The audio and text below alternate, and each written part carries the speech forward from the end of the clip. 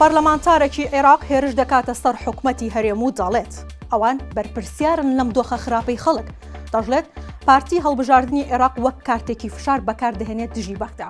موعین کازمی ئەندامی لیژنەی دارایی پەرلەمانی عێراق لە لێدوانێکدا ڕایگەاند. هەرێم تا ئێستا نەوت و داهاتەکانی دیکەی ڕادستی حکومەتی فیدراڵی نەکردووە. ئاماژەی بەوەش داوە بەرپرسیارەتی بارودۆخی نەهامەتی خەڵکی هەرێم لە ئەستۆی حکومەتی هەرێمی کوردستاندایە بەهۆی مامەڵە نەکردنی بە شێوەیەکی شەفافانە لەگەڵ بەغدا. ئەو باس لەوەش دەکات پارتی دیموکراتی کوردستان نزیکبوونەوەی هەڵبژاردننی داهات و دەقۆزێتەوە بۆ سەپاندنی مەرجەکانی بەسەر حکومەتی فیدراڵی سەبارەت بە دەستپێکردنەوەی هەناردەکردنی نەوت و دۆسیەکانی تر.